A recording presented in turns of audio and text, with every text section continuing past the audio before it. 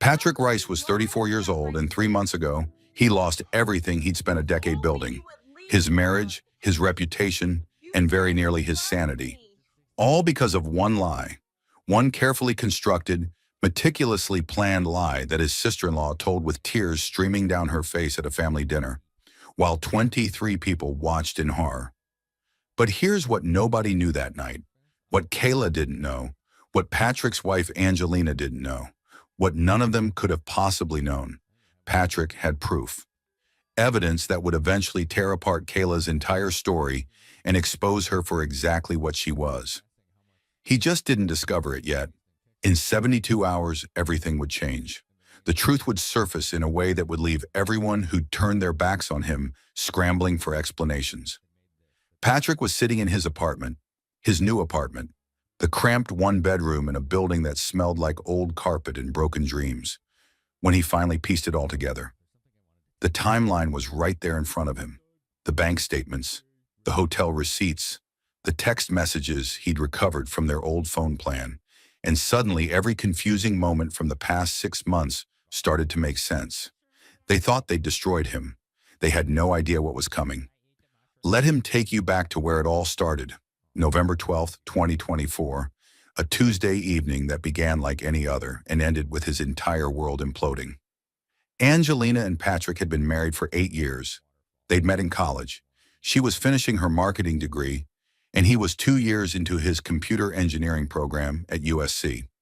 They weren't rich by any means. Patrick worked as a senior network administrator at a mid-sized tech firm in Los Angeles, pulling in around $93,000 a year. Angelina managed social media for a boutique advertising agency, making $62,000. Combined, they were comfortable. They just bought a modest 3-bedroom house in Pasadena the previous year for $680,000, stretching their budget but making it work. They were planning to start a family soon. They were happy, or at least Patrick thought they were.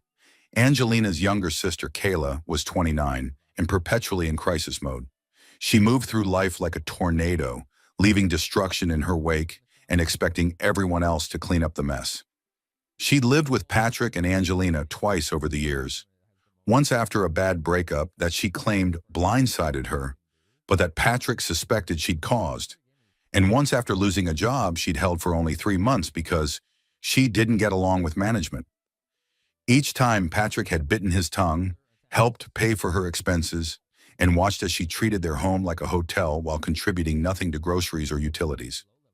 "She's family," Angelina would say whenever Patrick expressed concern, her voice taking on that defensive edge she always got when it came to her sister. "She just needs time to figure things out.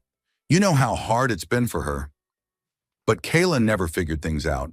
She just moved from one disaster to the next, always finding someone else to blame, never taking responsibility for the chaos that seemed to follow her everywhere. The dinner was supposed to be a celebration. Angelina's parents, Robert and Catherine, were renewing their vows after 35 years of marriage. They'd rented out a private room at an upscale Italian restaurant in Beverly Hills. The kind of place with cloth napkins and servers who refilled your water glass before you even realized it was half empty. 23 family members were gathered around a long table, decorated with white roses and gold candles. The warm glow of the candlelight reflected off the wine glasses, creating an almost magical atmosphere. Classical music played softly in the background, just loud enough to add ambiance without overwhelming conversation. Patrick had worn his best suit, the charcoal gray one Angelina had picked out for him last Christmas. Along with the blue tie she said brought out his eyes. He'd been looking forward to the evening. Things had been tense at work lately. Budget cuts were looming, and he'd been putting in 70-hour weeks trying to prove his value to management. He needed this night. A few hours of good food, good wine, and family time. A chance to relax and enjoy himself. He should have known better. He should have noticed the warning signs. Kayla arrived late, as usual. She swept into the room wearing a black dress that was just a shade too dramatic for the occasion, her long, dark hair cascading over her shoulders in waves that looked professionally styled. Her eyes were red-rimmed, and she clutched a tissue in her hand like a prop in a play. Patrick noticed immediately. Kayla was always performing, always seeking attention, and tonight she'd clearly planned something big. There was something in the way she paused in the doorway, making sure everyone had noticed her entrance, before moving further into the room. "Sorry I'm late," she announced to the table, her voice trembling just enough to be noticeable. "I've been dealing with something really difficult. Something I wasn't sure I should even come here tonight and talk about." Angelina immediately stood up, concern flooding her face. She moved toward her sister, her napkin falling from her lap onto the floor. "Kayla, what's wrong? Are you okay? What happened?" Patrick watched as Kayla took a shaky breath, her eyes darting around the table, making sure everyone was paying attention. The conversations around them died down. Silverware clinked to a stop. Even the servers seemed to sense something was about to happen and retreated to the corners of the room. Patrick felt his stomach clench with an inexplicable sense of dread. What she said next changed everything. "I'm pregnant," Kayla whispered, loud enough for everyone to hear. She pressed the tissue too, her eyes, her shoulders shaking. "And the father—" She paused, her eyes filling with fresh tears. She looked directly at Patrick, holding his gaze for just a moment too long. "The father is Patrick." The silence that followed was deafening. Patrick felt the world tilt sideways, his stomach dropping as if he'd just stepped off a cliff. Every face at that table turned toward him, his mother-in-law's expression shifting from confusion to horror in the span of a heartbeat, his father-in-law's jaw clenching as his face turned red, Angelina's face going completely white, then flushing with anger so intense it seemed to radiate from her skin. "What?" The word came out of Patrick's mouth barely above a whisper. His hands gripped the edge of the table so hard his knuckles turned white. "Kayla, what are you talking about? That's insane. Don't act innocent." Kayla's voice rose, cracking with emotion that seemed almost too perfect, too practiced. "You know exactly what I'm talking about. That night in September when Angelina was out of town for that conference in San Diego. You invited me over to the house. You said you were lonely, that you wanted company. You gave me wine, you kept refilling my glass, and then you—" Her voice broke into sobs that racked her entire body. "You took advantage of me. I was drunk and confused, and I didn't know what was happening until it was too late." Patrick stood up so fast his chair scraped loudly against the floor, the sound harsh and jarring in the shocked silence. "That's insane. That never happened. Kayla, why would you say something like this? Why would you lie about—" "You're a liar!" Angelina's voice cut through the room like a blade. She was standing now too, her face flushed red, her hands trembling with rage. Her wine glass teetered on the edge of the table before crashing to the floor, red wine spreading across the white tablecloth like blood. "You're a goddamn liar, Patrick. How could you? How could you do this to me? With my sister? Angelina, please listen to me." Patrick reached toward her, but she recoiled as if he'd tried to strike her. "No!" Angelina grabbed her purse from the back of her chair, her movements jerky and violent. "I'm done listening to you. I'm done with all of it. 8 years I wasted on you, and this is what you do?" Robert stood up, his face dark with rage, his hands clenched into fists at his sides. "Get out," he said to Patrick, his voice low and dangerous, barely controlled. "Get out right now before I do something I'll regret. Get out of this restaurant before I have you thrown out."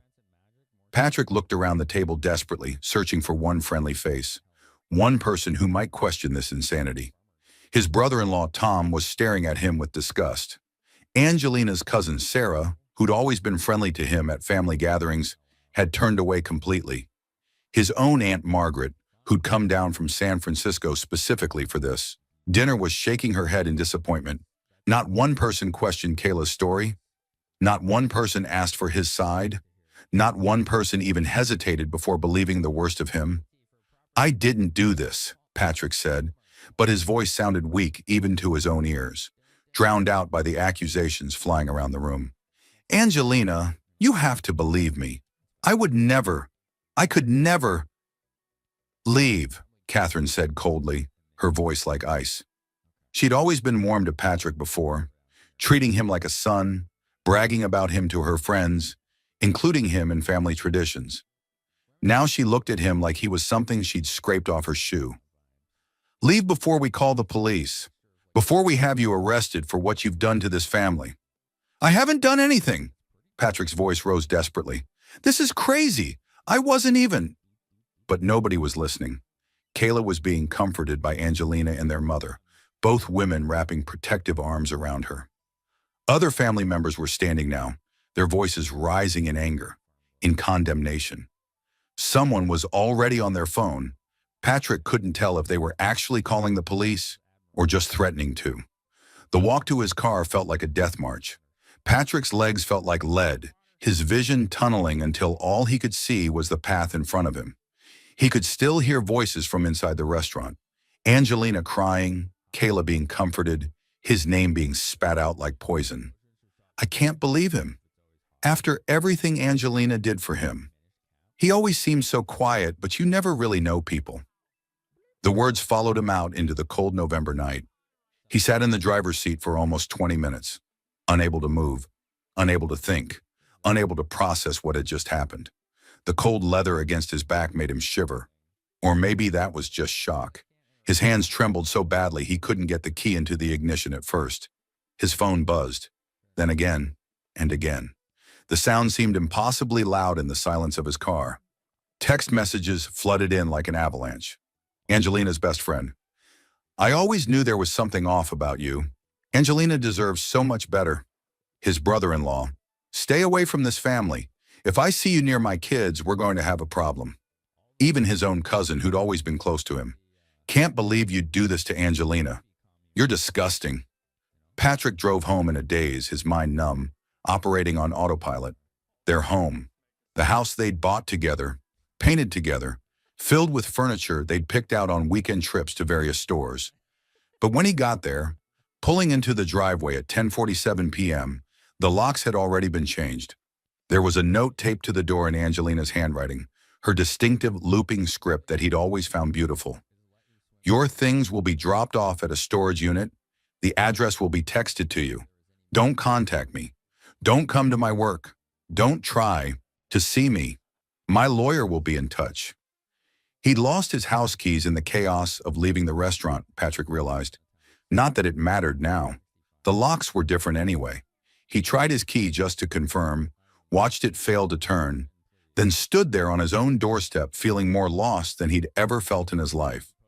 Before we go on with this great story, kindly like this video and subscribe to the channel now. There are new stories every single day. Here's a soft challenge for you. There's a twist coming that changes everything.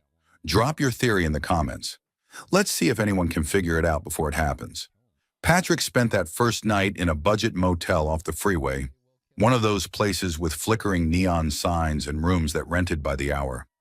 He lay on top of scratchy sheets that smelled like industrial bleach and old cigarette smoke, staring at the water-stained ceiling with its mysterious brown patterns. His mind raced through every interaction he'd ever had with Kayla, searching for some explanation, some hint of why she would do this. What had he done to make her hate him enough to destroy his entire life? Had he offended her somehow? Rejected her in some way he hadn't even noticed?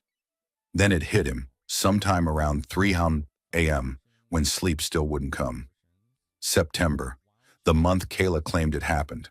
Angelina had gone to a marketing conference in San Diego. That part was true.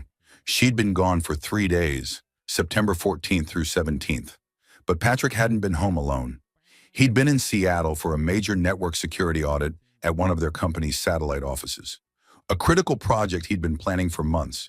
He'd flown out early morning on the 14th and hadn't returned until late on the 17th.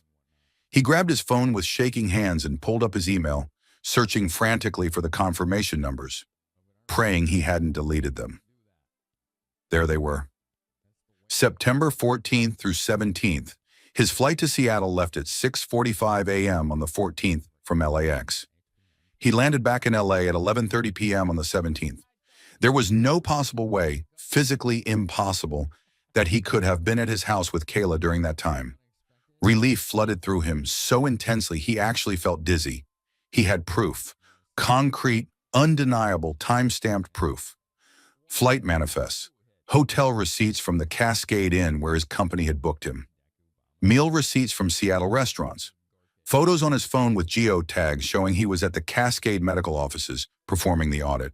He called Angelina immediately, his fingers fumbling with the phone. It went straight to voicemail. He called again.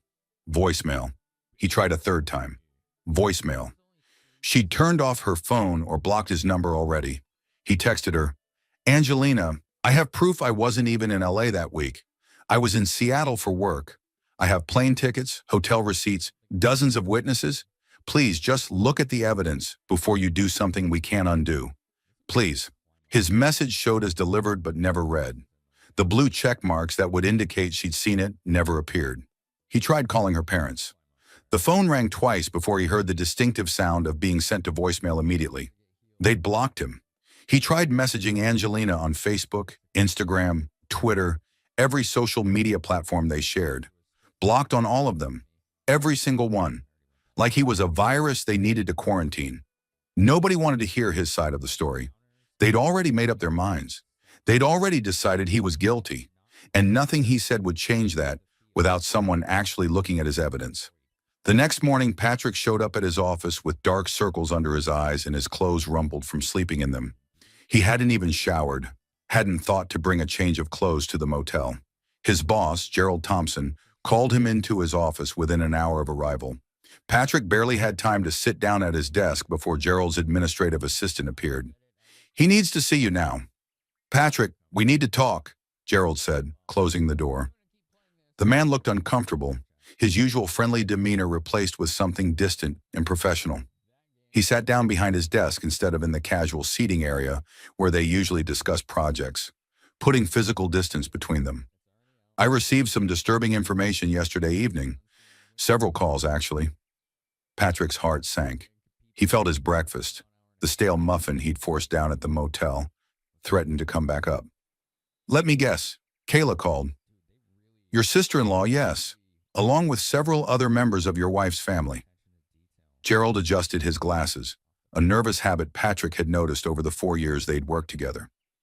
Look, I don't want to get involved in personal matters, and normally I wouldn't. But this is serious, Patrick, really serious. We have a harassment policy here. We have standards of conduct. If what they're saying is true, it's not true, Patrick interrupted, his voice firm despite the exhaustion weighing him down. Gerald, I wasn't even in California when she claims this happened. I was in Seattle for the Cascade medical audit. You assigned me to it yourself. You signed off on my travel authorization. Gerald's expression shifted slightly, confusion replacing some of the discomfort. You're sure about the dates? Completely sure, September 14th through 17th.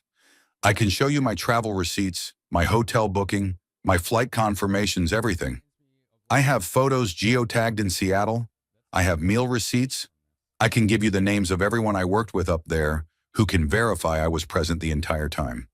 Gerald, there are probably 50 pieces of documentation proving I wasn't even in the same state when this supposedly happened. Okay, Gerald said slowly, leaning back in his chair.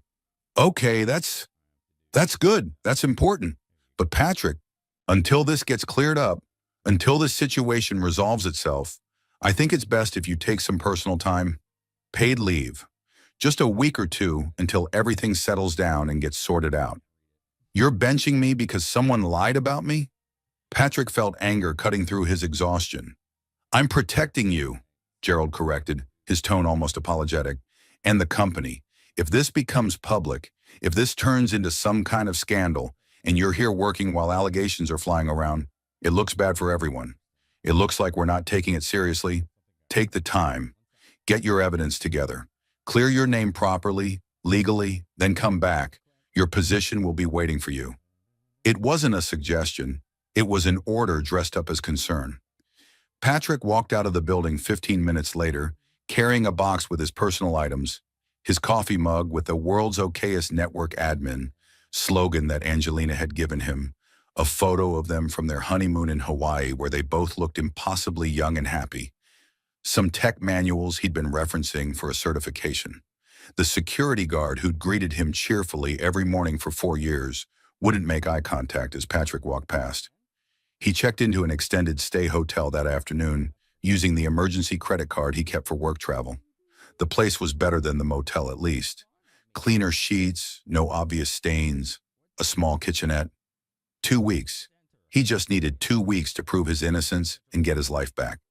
Everything would be fine once people saw the evidence, once they realized the truth.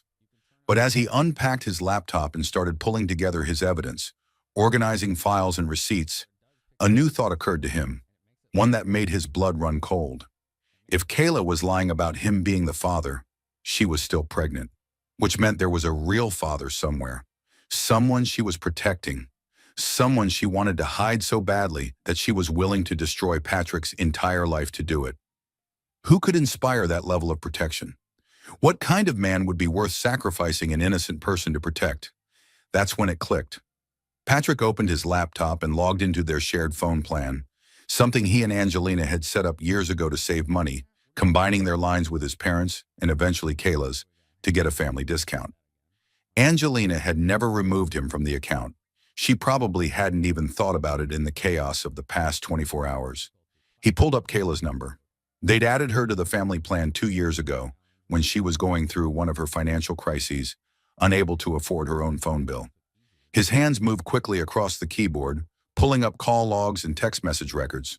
The phone company kept metadata, even if the actual message content wasn't stored on their servers. Who she called, when she called, how long the conversations lasted, all of it was there, archived, time-stamped. And there, in the data spanning from late August through September, was a pattern. A phone number that Kayla called multiple times a day, sometimes conversations lasting over an hour. Late night calls after 11 p.m., early morning calls before 7 a.m. The kind of pattern you'd see between lovers, not casual acquaintances. Patrick's heart was pounding as he ran the number through a reverse lookup service. The results loaded slowly, his internet connection lagging for what felt like an eternity. The name that came back made him grab the edge of his desk to steady himself. The calls were to Derek Morrison, Angelina's boss, the married 52-year-old creative director at Hartwell & Associates, the advertising agency where Angelina worked. The man who'd been to their house for dinner parties, who'd shaken Patrick's hand and complimented his cooking, who'd brought expensive wine and talked about his kids in college, who'd been married for 24 years to a pediatrician named Amanda and seemed to have the perfect family. Suddenly, pieces started falling into place like a puzzle Patrick hadn't even known he was solving. Kayla had been doing freelance graphic design work for Angelina's agency over the summer. Angelina had mentioned it casually in July, said she'd help Kayla get some contract work to help her out financially. Kayla and Derek would have interacted, would have worked together. Kayla, with her habit of seeking validation from powerful men, from authority figures. Derek, with his expensive suits and corner office, and creative director title and all the power that came with it. But why frame Patrick? Why not just keep it quiet, have an abortion, claim it was some random hookup? Why go through this elaborate, devastating performance that destroyed Patrick's reputation and marriage? Patrick leaned back in his desk chair, his mind racing through possibilities. Then it hit him like a freight train, so obvious he couldn't believe he hadn't seen it immediately. Money. Angelina made $62,000 a year.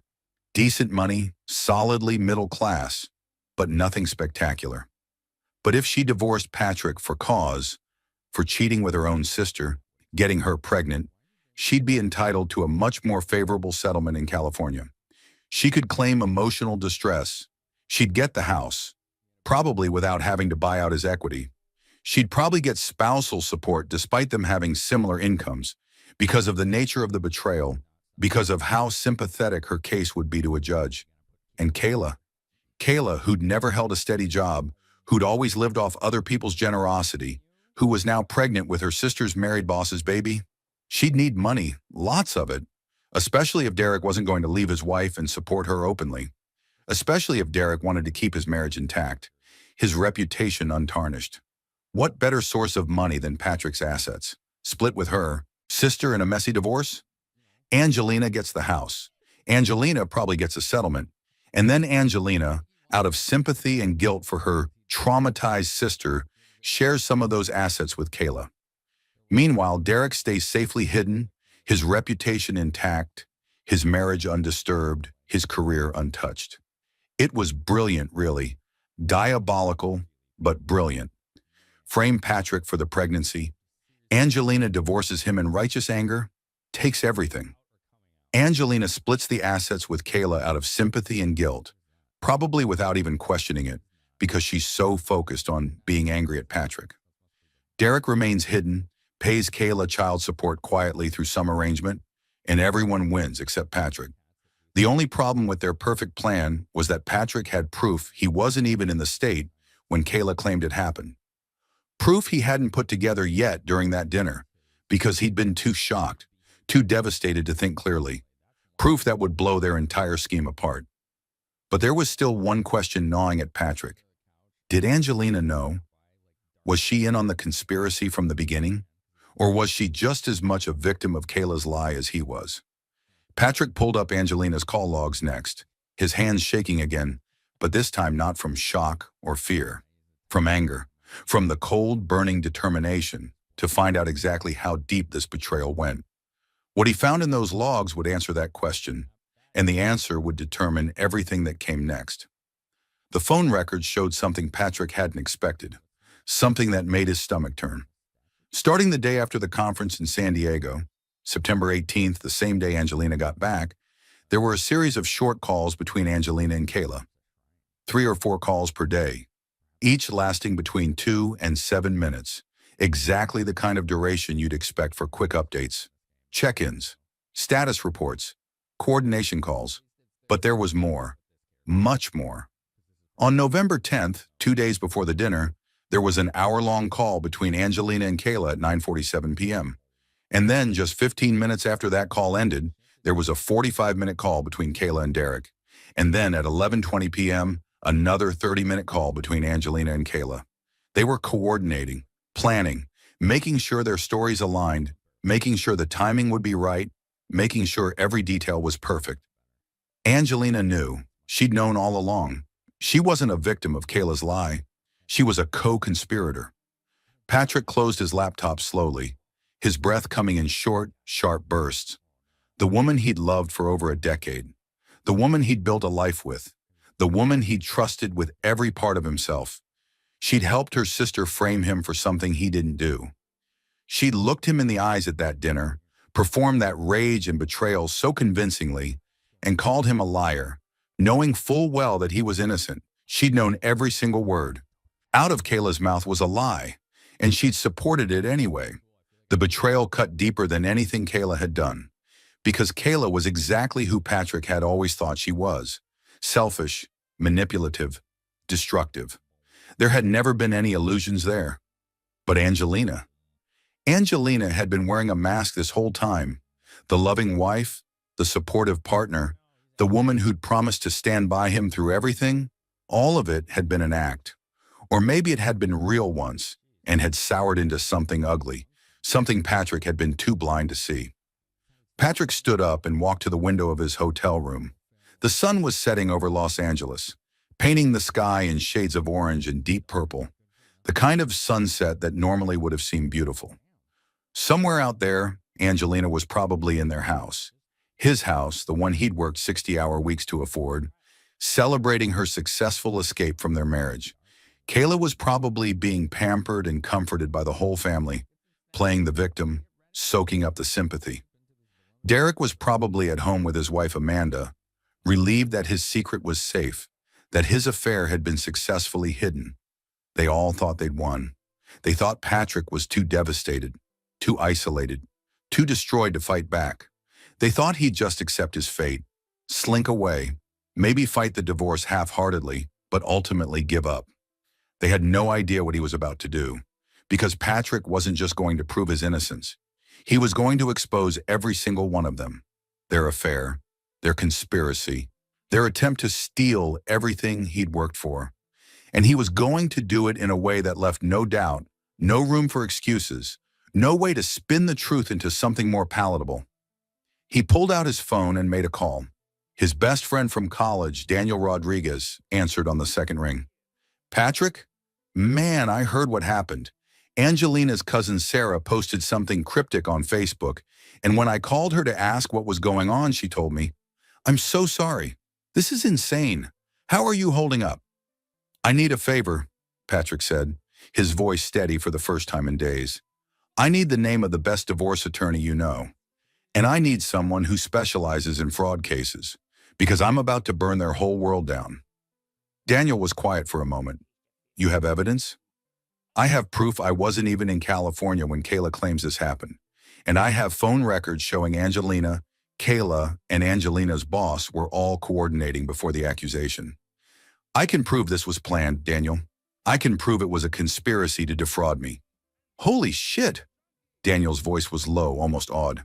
Okay, yeah. I'm texting you a number right now. Patricia Winters. She's the attorney who handled my sister's divorce 3 years ago when her ex tried to hide assets. Patricia destroyed him, took apart every lie, every hidden account, everything. She's expensive as hell, but she's worth every penny. Tell her I sent you. Thanks, Daniel. Patrick, whatever you're planning, make them pay.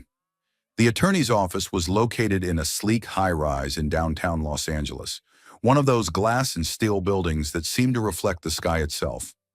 Patrick sat in the waiting room the next morning, his leg bouncing nervously, watching well-dressed professionals stride past with purpose in expensive briefcases.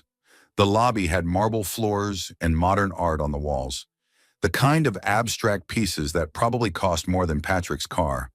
He'd used almost all of his emergency savings to afford this consultation, but Daniel had been insistent. If you're going to war, you need the best. Don't cheap out on this. Patricia Winters was not what Patrick expected. She was in her mid-50s with silver gray hair pulled back in a no-nonsense bun and sharp blue eyes that seemed to catalog everything about him in the first 3 seconds. She wore a navy suit that probably cost more than Patrick's entire wardrobe, and when she shook his hand, her grip was firm and confident. Everything about her screamed competence and control. Mr. Rice, she said, gesturing to the leather chair across from her massive mahogany desk. Behind her, floor-to-ceiling windows offered a view of downtown LA that probably cost more per square foot than most people's homes. Daniel spoke very highly of you. He said you have evidence of fraud? Why don't you tell me everything, starting from the beginning? Patrick had prepared for this moment. He'd spent the last 3 days organizing everything. Printouts of phone records with calls highlighted in yellow, his travel receipts from Seattle, screenshots of text message metadata, even security camera footage from his hotel that showed him in the lobby during the exact time Kayla claimed they'd been together at his house in Pasadena. He'd created a timeline document, cross-referencing everything. He'd printed photos from his phone showing him at the Cascade medical offices with geotags and timestamps visible. He spread it all out on Patricia's desk, organizing it methodically. My sister-in-law is claiming I got her pregnant. She made the accusation publicly at a family dinner 3 days ago, and my wife immediately filed for divorce the next morning. But I wasn't even in California when the alleged conception occurred. I was in Seattle for work, and I have proof. Patricia picked up the documents one by one, her expression neutral but focused. The afternoon sun streaming through her office windows caught the edge of her reading glasses as she examined each piece of evidence. She didn't rush, taking her time with each receipt, each phone log, each photograph. After what felt like an eternity, she set down the last page and looked at him directly. This is airtight, she said, her voice carrying a note of professional satisfaction. You can prove beyond any doubt that you weren't there. The flight manifests, the hotel records, the geotags. Any one of these would be strong evidence. Together, they're unimpeachable, which means the question becomes, why would your sister-in-law deliberately frame you? And why would your wife support that lie? Because she's protecting someone else, Patrick said. He pulled out another set of papers, the phone records showing Kayla's communication with Derek Morrison, the real father. I have phone records showing she was in constant contact with my wife's boss, Derek Morrison, during the time she would have gotten pregnant. Hundreds of calls, some lasting over an hour. Calls at all hours, early morning, late night. The pattern is clear. Patricia's eyebrows rose slightly, genuine interest crossing her features. Derek Morrison, the creative director at Hartwell and Associates? You know him? I know of him. Big name in the advertising world. Married to a pediatrician, 3 kids in college. Very concerned about his reputation from what I understand. He's the kind of man who would pay significantly to keep an affair quiet. She leaned back in her chair, her fingers steepled in front of her face. So your theory is that your sister-in-law had an affair with a married man, got pregnant, and decided to frame you to avoid exposing him? Not just that, Patrick said, pulling out the third set of evidence. Angelina and Kayla's phone logs showing the coordination calls. I think my wife is in on it. The phone records show coordination between her and Kayla. Planning calls right before the public accusation, hours-long conversations, then calls between Kayla and Derek, then more calls between Angelina and Kayla. I think they're working together, all three of them, to take my assets in the divorce while protecting Derek's reputation and marriage. Patricia was quiet for a long moment, studying the phone records, cross-referencing dates and times, her legal mind clearly working through the implications. Mr. Rice, what you're describing is conspiracy to commit fraud. If you can prove it, and I mean really prove it, not just circumstantial evidence, then you're not just looking at winning your divorce. You're looking at potential criminal charges against everyone involved. False police reports, fraud, possibly extortion depending on how they've structured things. Good, Patrick said, and he was surprised by the coldness in his own voice, the way it didn't even sound like him anymore. They tried to destroy my life. They turned everyone against me. They deserve whatever's coming to them. Patricia studied him carefully, her sharp eyes reading something in his expression. I need to know something before I take this case, Mr. Rice. Are you prepared for how ugly this is going to get? Because once we start pulling threads, once we start exposing affairs and conspiracies, there's no putting that genie back in the bottle. Your wife's career could be destroyed. If her boss is fired or forced to resign, she might lose her job too. Your sister-in-law could face legal consequences that follow her for years. Derek Morrison's marriage will almost certainly implode, and his professional reputation will be ruined. Are you prepared to be the person who sets all of that in motion? Patrick thought about Angelina's face at that dinner, twisted with rage and disgust that seemed so real. He thought about sleeping in that motel while she lived in the house he'd worked 60-hour weeks to afford. He thought about his colleagues avoiding eye contact with him, his family members blocking his number, the way his mother-in-law Catherine had looked at him like he was garbage. He thought about being escorted out of his own office like a criminal. Yes, he said simply, I'm prepared. They made their choices. They chose to lie, to conspire, to destroy an innocent person. I'm just going to make sure the truth comes out. What happens after that is on them. Patricia nodded slowly, something like approval in her expression. Then let's get started. First things first. We need to secure your financial assets. If your wife is planning to take everything, we need to make sure there's something left to fight for. Do you have any accounts she doesn't have access to?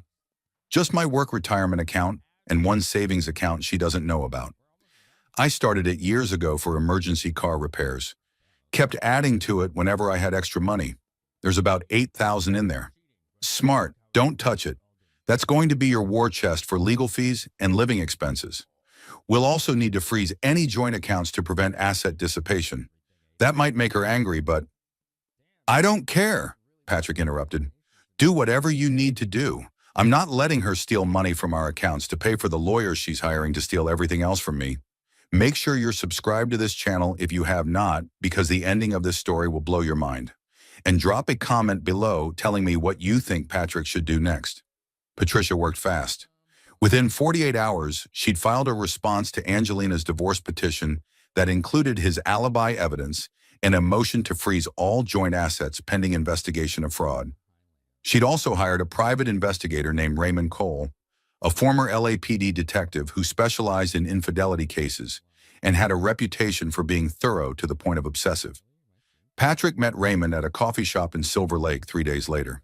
The place was one of those hipster establishments with exposed brick and artisanal coffee that cost $7 a cup. Raymond was in his early 60s with gray hair and a weathered face that suggested he'd seen every type of human behavior and been disappointed by most of it. He wore jeans and a leather jacket, looking more like someone's cool uncle than a private investigator. He ordered black coffee and got straight to business, pulling out a tablet before he'd even fully sat down. Your lawyer filled me in on the basics, Raymond said, opening a notes app. Alleged pregnancy, false accusation, possible affair with the boss. Here's what I need from you. Everywhere you think they might have met. Every location Kayla mentioned hanging out this summer. Any trips your wife took without you? Any unusual expenses on credit cards? Any changes in behavior? Staying late at work, new clothes, different grooming habits, suddenly interested in her appearance. Give me something to work with. Patrick had already prepared notes on his phone. Kayla did freelance work at Hartwell & Associates from June through September. My wife would have introduced them. She's the one who got Kayla the contract work. There's a hotel called the Maritime Crown about 2 miles from the agency.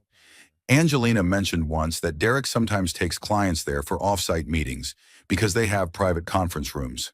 If they were meeting secretly, that's where I'd look first. Raymond nodded approvingly, making notes. Good instincts. Hotels like that are common, private, anonymous, easy to claim you were there for business if anyone asks. What else? Angelina took 3 business trips this summer that I thought were legitimate at the time, but now I'm wondering if they actually were. One to San Francisco in July for what she said was a conference on social media marketing. One to San Diego in September. That's the one where Kayla claims I got her pregnant, supposedly for another marketing conference, and one to Santa Barbara in October for some kind of agency retreat. She said they were all for work, but I never saw any of the usual conference materials she usually brings back.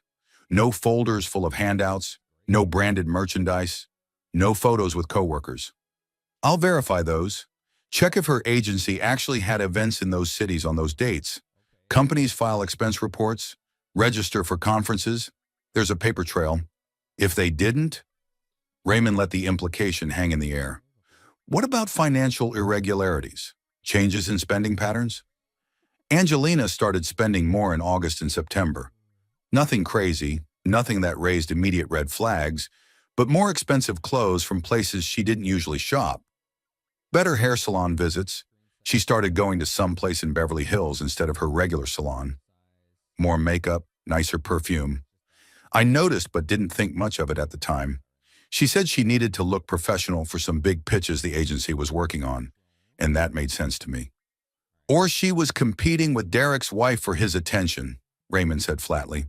Classic affair behavior. Women either neglect their appearance because they're distracted and emotionally unavailable, or they obsess over it because they're trying to impress the affair partner. They want to look perfect every time they see them. He made notes on his tablet. Give me a week. I'll find out exactly what Derek Morrison has been up to. And if your sister-in-law has been staying at any hotels, if there are any social media posts she thought she deleted but didn't, any paper trail at all, I'll find it. People always leave a trail, always. Patrick left that meeting feeling something he hadn't felt in weeks. Hope. Not just hope that he'd clear his name, but hope that justice, real, concrete justice, was coming. Hope that the truth would actually matter, that evidence would prevail, that he wouldn't be destroyed by lies. But he wasn't just sitting around waiting for Raymond to work. He had his own investigation to conduct, his own evidence to gather. Patrick still had access to the home security system. He'd set it up himself 2 years ago when their neighborhood had experienced a rash of package thefts, cameras at the front door, back door, and garage, all connected to cloud storage. Angelina had never been tech-savvy enough to know how to remove his access, or even that she should. The account was in his name, linked to his email. She probably hadn't even thought about the cameras in the chaos of the past week. He logged in from his laptop at the extended stay hotel and started scrolling through footage, methodically going back through months of recordings. September, October, November. Hours and hours of mundane comings and goings. Angelina leaving for work at 8:15 a.m. every morning. Angelina returning home around 6:30 p.m. Their neighbor's orange cat crossing the yard. The mail carrier. The Amazon delivery driver. Nothing unusual. Then he saw it. November 9th, 10:47 p.m. 3 days before the dinner, 3 days before his entire world exploded. A car pulled into his driveway, not Angelina's silver sedan, but a black luxury SUV, some expensive model Patrick didn't immediately recognize. The driver's side door opened, and Kayla stepped out, followed by someone else emerging from the passenger side. The angle wasn't perfect. The camera was positioned to capture package thieves, not detail everyone who visited. But Patrick could make out enough details. Male, tall, well-dressed, even at that late hour. The man looked around nervously before following Kayla to the front door, like he was checking to see if neighbors were watching. Angelina answered immediately, as if she'd been waiting by the door. There was a brief conversation on the doorstep, too far away for the camera's audio to pick up clearly, just muffled voices. And then all three went inside. The door closed. The driveway sat empty. Patrick's heart was pounding so hard he could hear it in his ears. He fast-forwarded through the footage, watching the timestamp tick by. 11 p.m., midnight, 1 a.m. The man didn't emerge until 1:23 a.m., nearly 3 hours. When he left, Angelina walked him to his car, visible in the camera's range. They stood close, too close, talking. Patrick could see their body language, intimate, familiar, comfortable. Then Angelina reached up and adjusted the man's collar, an intimate gesture that made Patrick's stomach turn. The kind of gesture you make with someone you're close to, someone whose appearance you care about. The man got in his SUV and backed out of the driveway. As his headlights swept across the front of the house, illuminating everything in their path. Patrick got a clear view of the license plate. He paused the footage, took a screenshot, enhanced the image until he could read every character clearly. Then he ran it through a DMV lookup service, the kind that exists in legal gray areas, but that private investigators and bail bondsmen use all the time. The SUV was registered to Derek Morrison at an address in Manhattan Beach, one of LA's most expensive neighborhoods. Patrick sat back, his mind racing through implications. Derek had been at his house, in his home, 3 days before the accusation, conspiring with Angelina and Kayla to destroy him, planning the details, making sure their stories aligned, coordinating the public humiliation. The rage that filled him was white-hot and all-consuming, threatening to drown out rational thought. But underneath it was something colder, something more dangerous, something calculating and patient. He saved the footage to 3 separate backup drives, then uploaded copies to a secure cloud server with end-to-end encryption. Then he started looking through older recordings with fresh eyes, searching for patterns he'd missed before. Evidence he'd been too trusting to notice. August 15th, Kayla's car in his driveway at 2 p.m. on a Thursday. She stayed until 4:30 p.m. Angelina was at work. Patrick remembered because he'd called her around 3 p.m. that day to discuss dinner plans. What was Kayla doing there alone for 2.5 hours? August 22nd, the same black SUV in his driveway at 7:45 p.m. Patrick had been working late that night. He remembered because it was the evening of a major server migration, and he hadn't left the office until after 10 p.m. Derek and Kayla meeting at his house while he was gone. They left together at 9:20 p.m., the SUV backing out with both of them inside. September 3rd, all 3 of them, Angelina, Kayla, and Derek, arriving together in Derek's SUV at 8 p.m. Patrick had been in Seattle that night, in the middle of his audit. They stayed until nearly midnight, hours and hours of conspiracy, of planning, of plotting his destruction. The pattern was unmistakable, clear as day. They'd been planning this for months, not weeks, using his home as their meeting place, plotting his downfall while he worked overtime to pay the mortgage on that house, while he worked himself to exhaustion trying to secure their financial future. Patrick created a comprehensive timeline document, marking every meeting, every suspicious visit, every piece of evidence with timestamps and screenshots. When Raymond called 4 days later, Patrick had 20 pages ready, organized, cross-referenced, and annotated. "I've got news," Raymond said, his tone suggesting it wasn't good news for Angelina and her conspirators. "First, the business trips. I called Hartwell and Associates, spoke to their event coordinator by pretending I needed to send a follow-up gift to Angelina. Hartwell and Associates did not have events in San Francisco, San Diego, or Santa Barbara on any of the dates your wife traveled. No conferences, no client meetings, nothing. The coordinator was very clear about it because she handles all event registrations. She said Angelina wasn't even on the approved travel list for those months. Can you prove where she actually was? Working on it. I've got hotel records being subpoenaed through Patricia. That'll take a few more days, but we should have them soon. But here's the interesting part. Kayla was in San Diego the same weekend as your wife's supposed conference. I found Instagram posts she made and then deleted after a few days. But nothing's ever really deleted from the internet. She was at the Maritime Crown Hotel September 14th through 16th. Same property, same dates. She posted a sunset view from what I've identified as one of their beachfront rooms. Very expensive rooms, by the way. Over $400 a night. Patrick felt his jaw clench. And Derek? Derek Morrison used a company credit card at a restaurant 3 blocks from that hotel on September 15th at 8:30 p.m. Dinner for 2, bill came to $347. Expensive wine, premium steaks, dessert. He told his wife he was at a conference in Sacramento that weekend.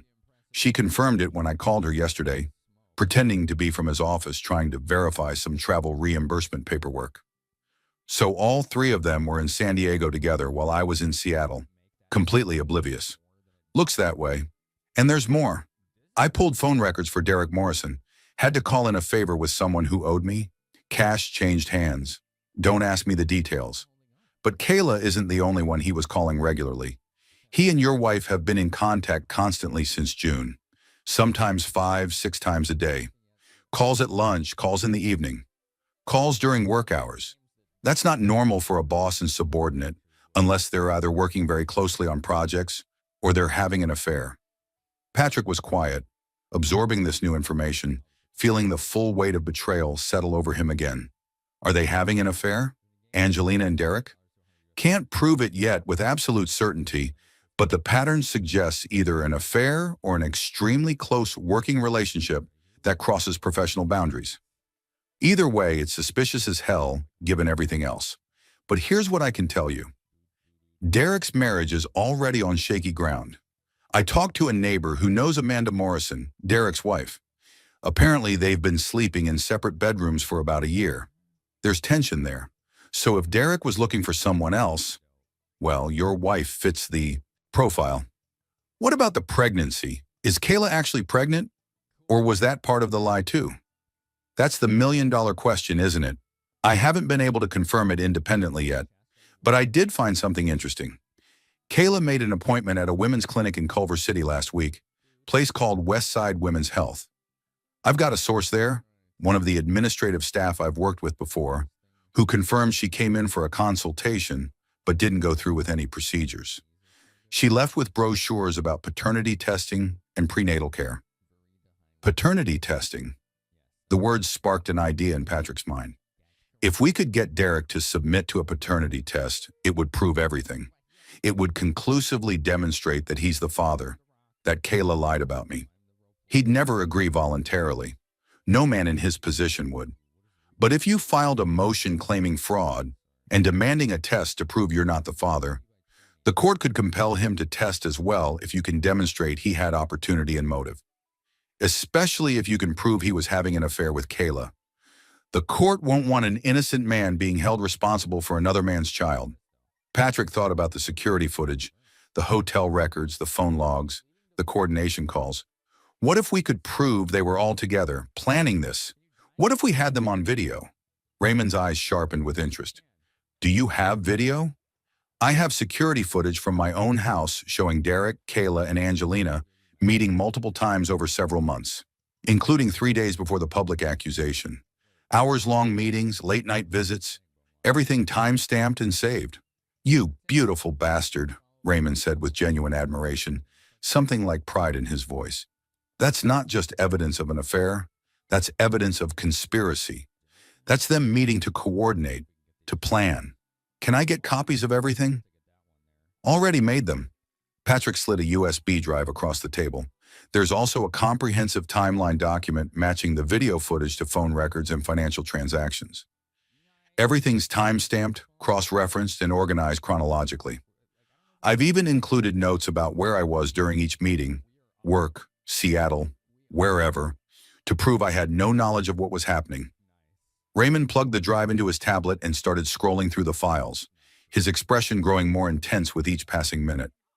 Finally, he looked up at Patrick with something approaching respect. This is prosecutable. I mean, actually criminally prosecutable.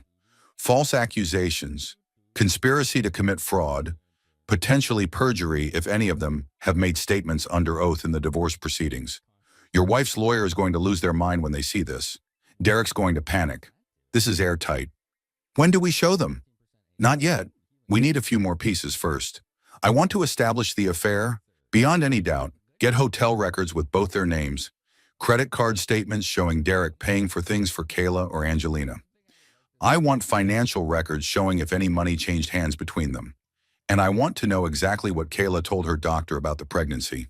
Medical records can be subpoenaed in a fraud case, and if she told them something different than what she's telling your family, that's more evidence of lying.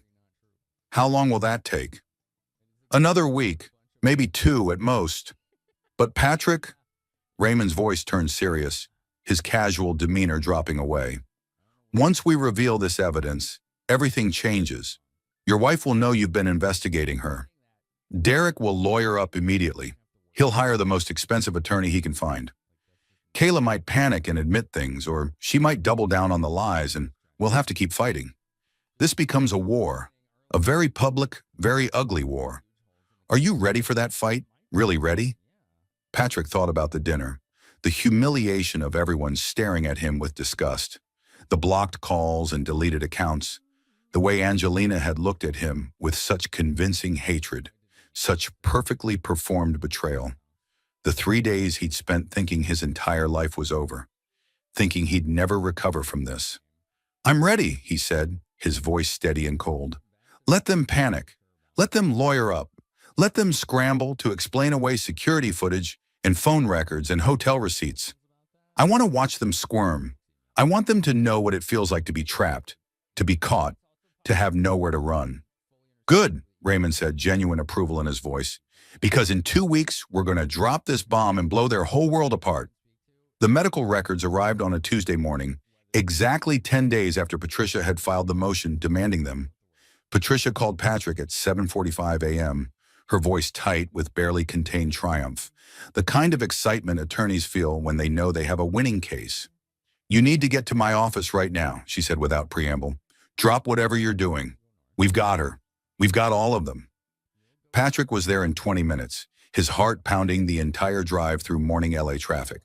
Patricia was waiting in her conference room, documents spread across the long table like evidence at a crime scene, organized into neat piles. Raymond was there too, along with another woman Patrick didn't recognize. Mid-40s, professional attire, gray suit, holding a tablet and wearing the confident expression of an expert. Patrick Rice, this is Dr. Lisa Hammond, Patricia said, gesturing to the woman. She's a medical consultant I brought in to review Kayla's records and provide expert analysis. Lisa, tell him what you found. Dr. Hammond pulled up a document on her tablet, adjusting her glasses. Kayla submitted medical records from a women's clinic in Culver City as ordered by the court. She is indeed pregnant, approximately 18 weeks along as of the filing date. But here's the critical issue. Based on standard gestational dating, using her last menstrual period, and confirmed by both an ultrasound performed at 8 weeks and one at 12 weeks, conception occurred in late July or very early August. Specifically, the estimated conception date is July 28th, plus or minus 3 days, not September. Patrick felt the air leave his lungs. So she was already pregnant, already more than a month pregnant, before she claims Correct, which means her accusation against you is impossible timeline-wise, even if you hadn't been in Seattle during her claimed conception date. The medical evidence conclusively proves you could not be the father based on her own medical records. But there's more. Dr. Hammond scrolled to another document, a clinical intake form with handwritten notes. The clinic notes from her first visit in August indicate Kayla initially came in requesting information about terminating the pregnancy. She was given counseling as required by California law and provided with information about her options. She ultimately changed her mind about the termination, but those notes are part of her permanent medical history.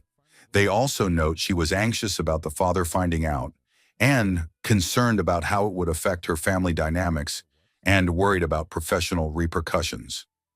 Direct quotes from the intake form filled out by the counselor.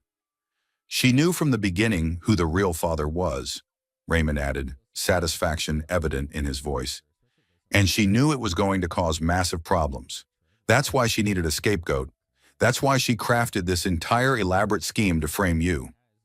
Patricia leaned forward, her sharp eyes gleaming. We've also received the subpoenaed phone records as of yesterday afternoon. The pattern is even more damning than we thought. Derek Morrison and Kayla had 63 calls in July alone, the month conception occurred, including several that lasted over an hour late night, early morning, during work hours. The texts, while we can only see metadata since the content isn't stored, show hundreds of messages exchanged between them. And here's the kicker. On July 28th, the estimated conception date, Derek's credit card shows charges at a boutique hotel in Malibu, the Seabreeze Inn. Very exclusive, very private, very expensive. Rooms start at $600 a night. She slid a photo across the table, a printed screenshot. The Instagram post showed a sunset over the ocean, photographed from a balcony, with the caption, "Sometimes you need to escape from everything." In the reflection of the sliding glass door behind Kayla, barely visible but unmistakable once you knew what you were looking for, was Derek Morrison, shirtless, visible from the shoulders up. She forgot to check her reflection, Raymond said with deep satisfaction. Posted it, left it. Up for about 6 hours, then deleted it when she realized. But I recovered it from an archiving service that saves Instagram posts. Amateur mistake for someone trying to hide an affair. Patrick stared at the evidence, years of rage and pain crystallizing into cold, clear purpose, into absolute certainty. What's our next move? We go nuclear, Patricia said, a fierce smile on her face. I've prepared a motion to dismiss Angelina's divorce petition on grounds of fraud, malicious prosecution, and abuse of process. We're also filing counterclaims for emotional distress, defamation, intentional infliction of emotional distress, and conspiracy to commit fraud. We're going to present every piece of evidence, the medical timeline, the hotel records, the phone logs, your security footage, Derek's credit card statements, everything. And we're demanding that Derek Morrison be deposed under oath and submit to court-ordered paternity testing. What about criminal charges? Can we pursue those?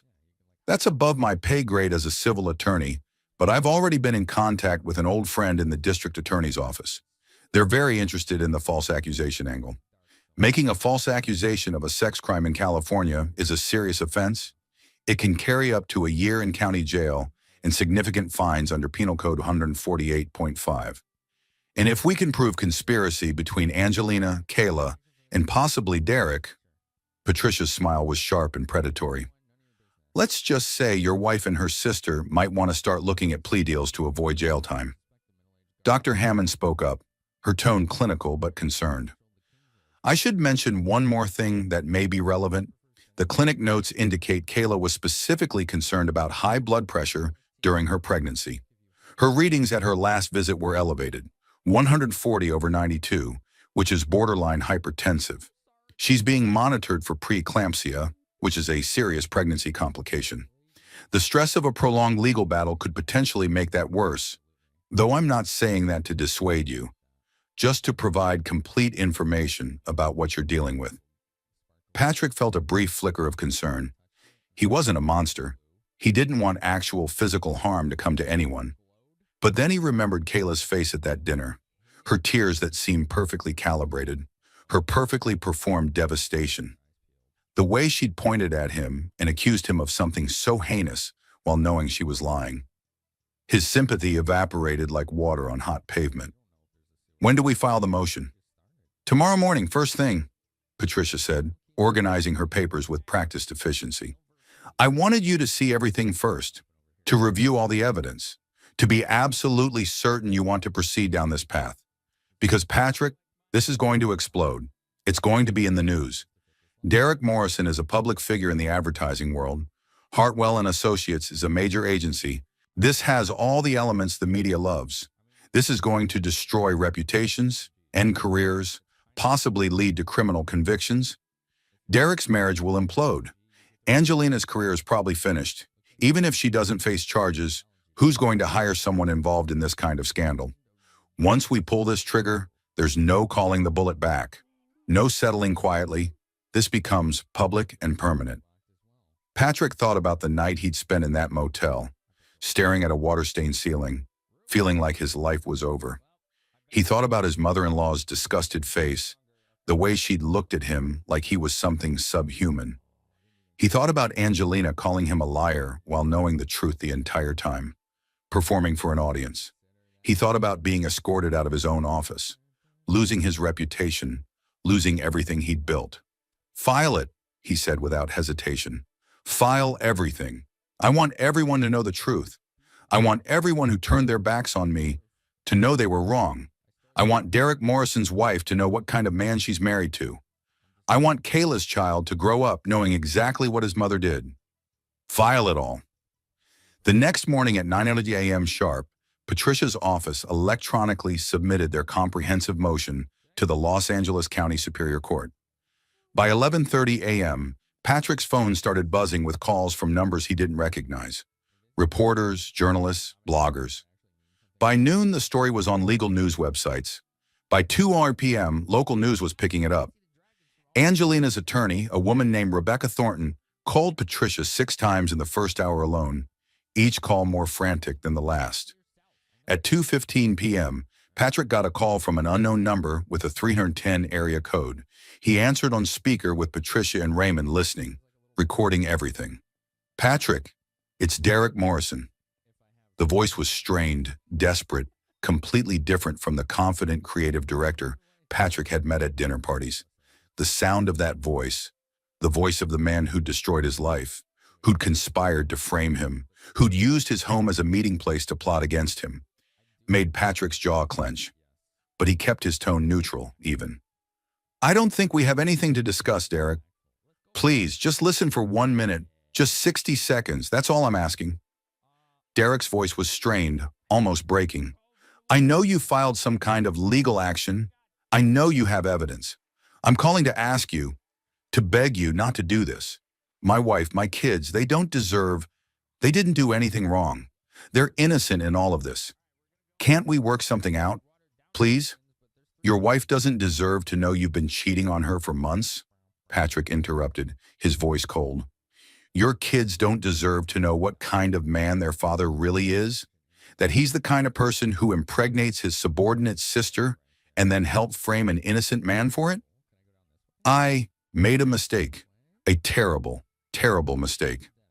I know that. I'm not trying to excuse it, but going public with this, dragging everyone through court, destroying families, it's not going to help anyone. It's not going to undo what happened. What if we could work something out privately? I have money, significant money. I could compensate you for everything you've lost. Your legal fees, your pain and suffering, everything. Name a number. Please, let's settle this quietly." "For what?" Patrick's voice went even colder. "For trying to frame me for getting your mistress pregnant? For conspiring with my wife to destroy my reputation and steal my assets? For using my home as your meeting place to plot all of this while I worked overtime to pay the mortgage? How much do you think that's worth, Derek?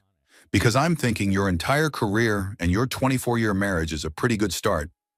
But honestly, I don't think any amount of money's enough." There was silence on the other end of the line, broken only by Derek's heavy breathing. Then, "You don't understand what you're doing. You don't understand the consequences. People are going to get hurt. Innocent people." "I understand perfectly," Patrick said. "I'm exposing the truth. I'm making sure everyone knows exactly what you and Angelina and Kayla did. And you know what? The only innocent person in this situation is me. Everyone else made choices. See you in court, Derek." Patrick hung up. Patricia was grinning widely. That was either very stupid or very smart of him. If he's offering money, that's basically an admission of guilt. "We can use that. I'll note this call in our records and include it in our evidence file."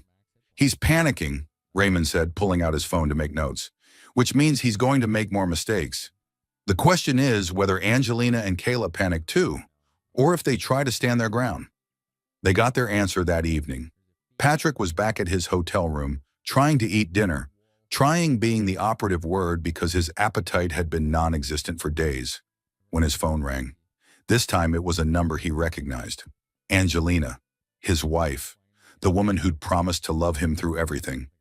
He let it ring 3 times before answering, steeling himself. "Hello, Angelina." "Patrick, Her voice sounded raw, like she'd been crying for hours. But he didn't trust it. Not anymore. Every tear, every emotion could be performance. Patrick, we need to talk. Please. Can we meet somewhere? Just the two of us. No lawyers, no family, just us? Anything you want to say to me can be said through our lawyers. That's how this works now. No, please, I need to explain. I need you to understand what really happened. It's not what you think. It's so much more complicated than... Explain what? Patrick interrupted, his voice hard. How you and your sister conspired to frame me. How you used our home to plan my destruction. How you've been coordinating with Derek Morrison for months. How you looked me in the eyes at that dinner and called me a liar while knowing every word you said was false. Which part did you want to explain, Angelina? Because I have phone records, I have security footage, I have witness statements. Which part of that am I misunderstanding? The silence on the other end lasted so long Patrick thought she'd hung up. Then in a small voice, "You're wrong. You don't understand what really happened. There's context you don't have. There are reasons." Then enlighten me, but do it under oath in a courtroom, because that's where all of this is heading now. That's where you're going to have to explain everything to a judge. Patrick, if you go through with this, you're going to destroy so many lives. Kayla's pregnant and stressed, and her blood pressure is already dangerous. Her doctor said she needs to avoid stress. Derek's kids don't deserve to have their family torn apart over this. They're in college, they're good kids. This isn't their fault. My parents, they're in their 60s, Patrick. This kind of scandal could... Your parents already chose a side. Patrick cut her off, his voice rising despite his efforts to stay calm. They chose to believe a lie without even giving me a chance to defend myself. They called me names. They threatened to call the police on me. They looked at me like I was garbage. So frankly, Angelina, I don't care what this does to them. They made their choice. Please. Angelina's voice cracked, genuine emotion breaking through, or maybe just better acting. If you ever loved me, if any of our 8 years together meant anything to you at all, please don't do this. We can work something out. I'll drop the divorce. We can go to counseling. I'll do whatever you want. I'll sign whatever you want me to sign. Just please, please don't destroy everyone's lives over this. Patrick felt something twist in his chest, a phantom pain from a wound that was still bleeding. For just a moment, he remembered the woman he'd fallen in love with in college. The woman who'd laughed at his terrible jokes and held his hand during scary movies and promised to build a life with him. The woman who'd cried happy tears when they bought their house. The woman he thought he'd grow old with. Then he remembered her face at that dinner, twisted with performed rage, calling him a liar while her sister cried fake tears. He remembered the coordination calls in the phone records. He remembered her walking Derek to his car at 1:23 a.m., adjusting his collar with casual intimacy. "No," he said quietly but firmly, "we can't work this out, because you're not sorry for what you did. You're sorry you got caught. You're sorry there are consequences. There's a difference, Angelina, a big difference." Patrick? He hung up before she could say anything else. 5 minutes later, right on schedule like they'd coordinated, and they probably had, Kayla called. Patrick didn't answer. She left a voicemail, her voice high and desperate. "Patrick, it's Kayla. I need to talk to you about what happened at the dinner. Please call me back. I made a mistake. A huge, terrible mistake.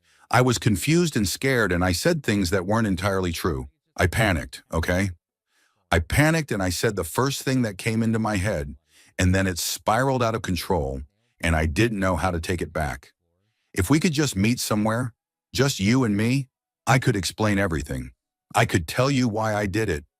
Please, I'm begging you. Don't let this go to court.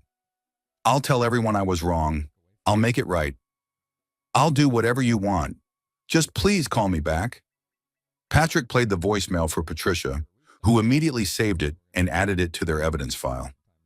"She's cracking," Patricia said with satisfaction, "and she just confessed on a recorded message that she lied about you.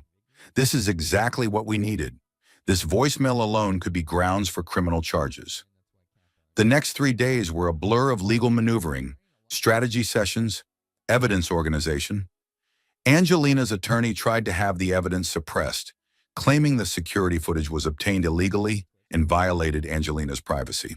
The judge disagreed in a preliminary hearing.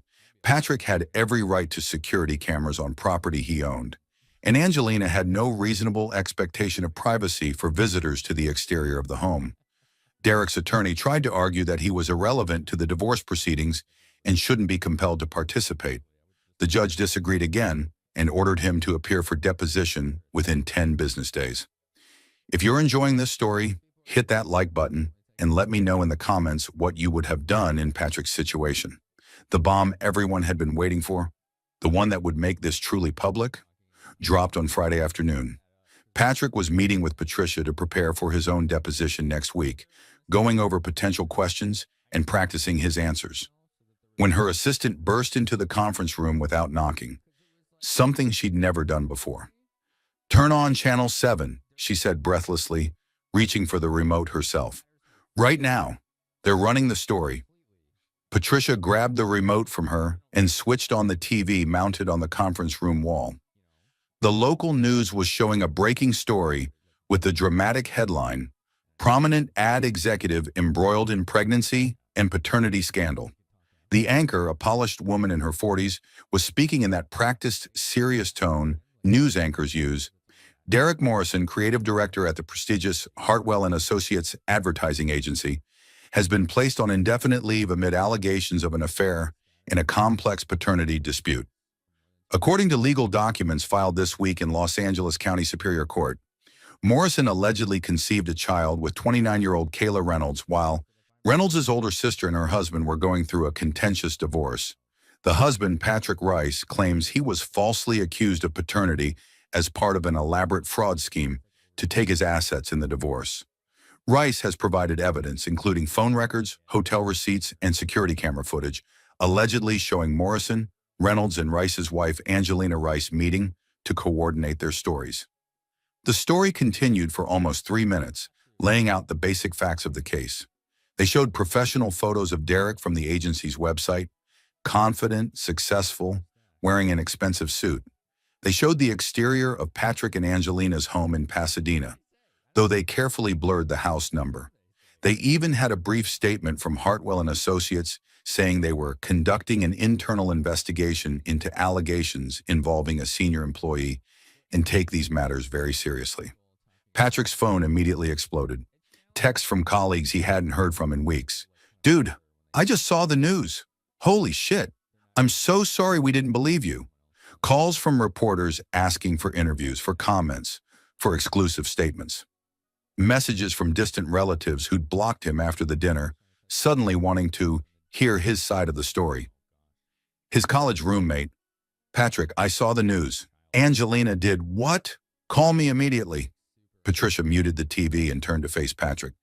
"Well, it's officially public now. No going back. The cat is very much out of the bag. How do you feel?" Patrick watched the news coverage in silence.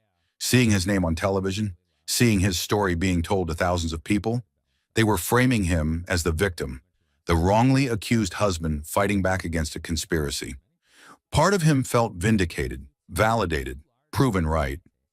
But another part just felt exhausted, emotionally drained. "I feel like I want this to be over," he said finally, honestly. "I want justice, but I also want to move on with my life." It will be soon. Derek's deposition is scheduled for Monday morning at 9 a.m. That's when we'll get him under oath and on the record about everything. And I have a feeling he's going to cave fast now that this is public. His reputation is already destroyed. His career is hanging by a thread. His marriage is probably over. He has every incentive to settle quickly and make this go away. She was right. Sunday evening, exactly 48 hours after the news story broke, Patricia called Patrick with an update. Derek's attorney just reached out. They want to settle immediately. Derek will agree to paternity testing without being compelled, will make a public statement acknowledging he's the father of Kayla's child, and will pay substantial damages for defamation, emotional distress, and your legal fees. They're offering $250,000. Patrick felt his hands start shaking, not from nervousness, but from the sheer weight of vindication finally arriving. What about Angelina and Kayla? What about criminal charges? Angelina's attorney is scrambling. She wants to drop the divorce petition entirely with prejudice, meaning she can never refile these specific claims, and is willing to sign a comprehensive settlement agreement that the house and all marital assets remain in your name. She'll take only her personal belongings, her car, and her own retirement account. Kayla's willing to make a public video apology that can be used in court or released to media. That's not enough, Patrick said immediately. Not nearly enough. Patricia paused. What do you want, Patrick? What would be enough? Patrick thought about it carefully, really thought about what justice meant, what would make him whole. He could push for criminal charges, watch Angelina and Kayla potentially face jail time, drag this out for months or years in criminal court, destroy them completely and utterly.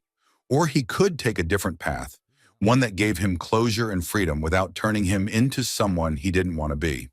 I want Angelina to sign an agreement giving me full ownership of the house and all our joint assets except for her personal belongings, her car, and her retirement account.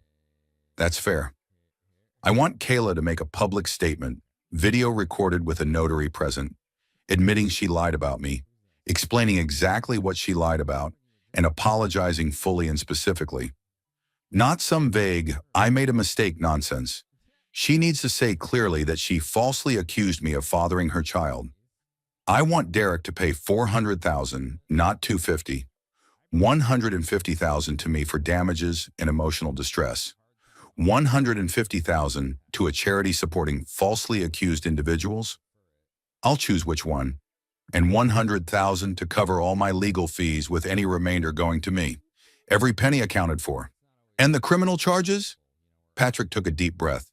I won't pursue them unless they violate the terms of the settlement in any way or ever contact me again for any reason. But I want the right to press charges held in reserve indefinitely, forever. I want an agreement that if they ever speak about me publicly, if they ever defame me again, if they ever violate our agreement, I can immediately file charges with the DA. They get to live with that hanging over their heads, forever. Patricia smiled slowly, approval evident in her expression. You've really thought about this. That's smart. That's strategic. It gives you protection and leverage without turning you into the vengeful ex-husband. I'll draft the settlement terms tonight and send them over first thing tomorrow morning. The settlement was finalized on Wednesday of the following week. Derek's attorney delivered a cashier's check and a signed, notarized statement acknowledging paternity and apologizing for his role in the situation. Kayla's video apology was recorded in Patricia's conference room with 2 witnesses and a notary present. 5.5 minutes of her, looking pale and exhausted and genuinely frightened, admitting she had lied about Patrick, explaining she had been afraid to reveal the real father's identity, and apologizing to Patrick for the immeasurable pain she'd caused him. Her hands shook the entire time. Whether from genuine remorse or fear of criminal prosecution, Patrick couldn't tell and didn't particularly care. The video went semi-viral when Patricia's office released it to the media to counter some of the ongoing coverage and speculation. The comments were brutal toward Kayla, people calling her every name imaginable, analyzing her body language, questioning every word. Patrick found he didn't feel much satisfaction from it. He didn't feel vindicated by strangers tearing her apart online. He just wanted it to be over. Angelina signed over the house on Friday afternoon at the title company. Her attorney and Patricia present as witnesses. She showed up wearing sunglasses that hid most of her face, her eyes red-rimmed and puffy from crying. Her hands trembled as she signed document after document. She wouldn't look at Patrick directly, keeping her gaze fixed on the papers in front of her. When all the papers were signed, when the house was legally his alone, Angelina hesitated at the door. She pulled off her sunglasses, revealing eyes that were devastated and hollow. "Patrick," she said quietly, her voice barely above a whisper, "for what it's worth, I'm sorry. I know that doesn't mean much now. I know it doesn't change anything, but I need you to know that I'm sorry. I never meant for things to go this far. I never wanted to hurt you." Patrick looked at her, really looked at her, the woman he'd loved for over a decade, the woman he'd built a life with, the woman who'd promised to stand by him through everything, the woman who'd helped try to destroy him. "I don't forgive you," he said simply, his voice emotionless. "And I don't hate you. I don't feel anything anymore when I look at you. And maybe that's worse than hatred. Maybe that's the real consequence of what you did.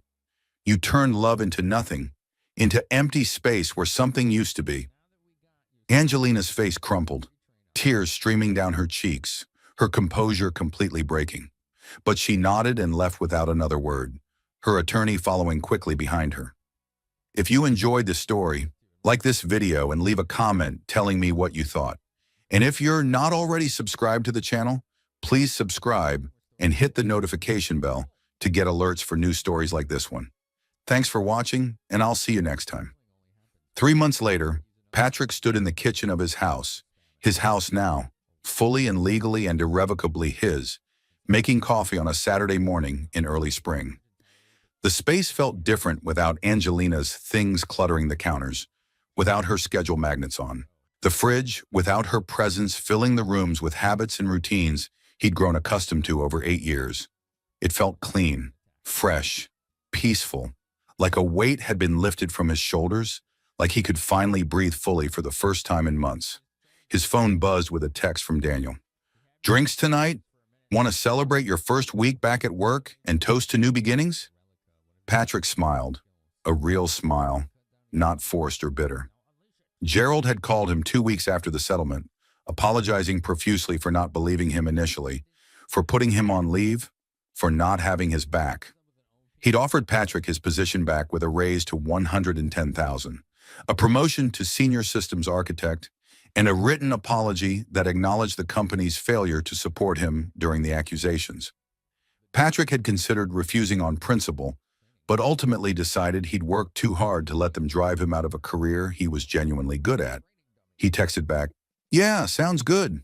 7 p.m. at that place in Silver Lake?" Another text came in, this one from Raymond. "Thought you'd want to know, Derek Morrison's wife Amanda filed for divorce yesterday. She's going for everything. Full custody of the kids, the house, his retirement accounts, everything. Also, Kayla had the baby 2 weeks ago. A boy, healthy, 8 pounds. Derek's lawyers are already negotiating child support. Looks like he's paying around $7,000 a month." Patrick set down his phone and walked out to his back patio with his coffee. The morning was beautiful. Clear blue sky, temperature in the mid-70s, birds singing in the trees. He sat down in his new patio furniture, replacements for the set he and Angelina had picked out together, and let the sun warm his face. Derek would spend the next 18 years paying for his choices, watching money flow out of his accounts every month, probably losing most of his wealth in the divorce. Kayla would spend them as a single mother, her reputation destroyed, her relationship with her family fractured beyond repair. Raising a child alone. Angelina had moved back in with her parents, her career essentially over. No one in the advertising world would hire her after the scandal, and she'd been quietly let go from Hartwell & Associates.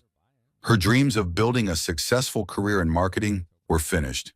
They'd all gotten exactly what they'd tried to do to him.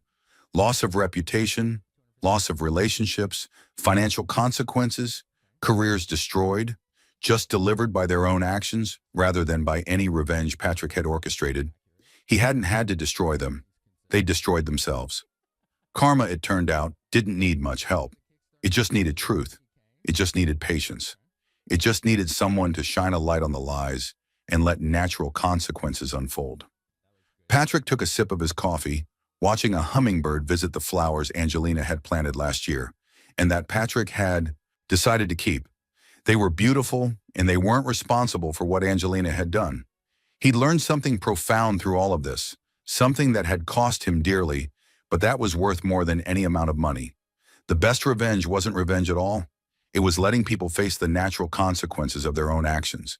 It was refusing to sink to their level, refusing to let their ugliness turn him into something ugly. It was maintaining his integrity while they lost theirs. The past was the past, and his future, whatever it looked like, was going to be built on truth, on genuine connections, on hard-earned wisdom about who deserved his trust and who didn't. He'd been given a harsh but valuable lesson in human nature, in the masks people wear, in the difference between image and reality. Patrick finished his coffee and stood up, stretching in the morning sun. Somewhere in the distance, He could hear kids laughing, a dog barking, a neighbor mowing their lawn, the sounds of normal life continuing on, indifferent to individual dramas. He went inside and started making plans for his day. He had a home improvement project to finish, refinishing the hardwood floors to make the space truly his. He had a certification exam to study for that would advance his career. He had dinner plans with Daniel tonight. He had a life to rebuild, better and stronger than before. They'd tried to destroy him. Instead, they'd freed him from a life built on lies, from a marriage that had been hollow, from people who'd never truly valued him. And that, Patrick realized as he pulled out his floor sanding equipment, was the greatest justice of all. Sometimes the best lesson life teaches isn't about revenge or forgiveness or even justice. It's about understanding that when people show you who they really are, when they tear off their masks and reveal the ugliness underneath, you should believe them the first time.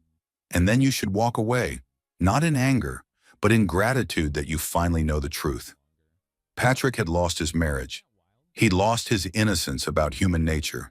He'd lost a year of peace and stability. He'd lost the fantasy of the life he thought he was building.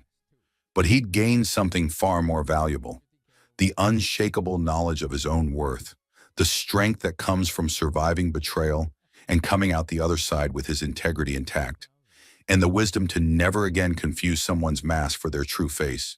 And as he worked on his floors that Saturday morning, in the house that was truly and completely his, with a future that was entirely his own to shape, Patrick understood something profound and liberating. He hadn't just won the battle. He'd won his life back. And that was worth more than any revenge could ever be.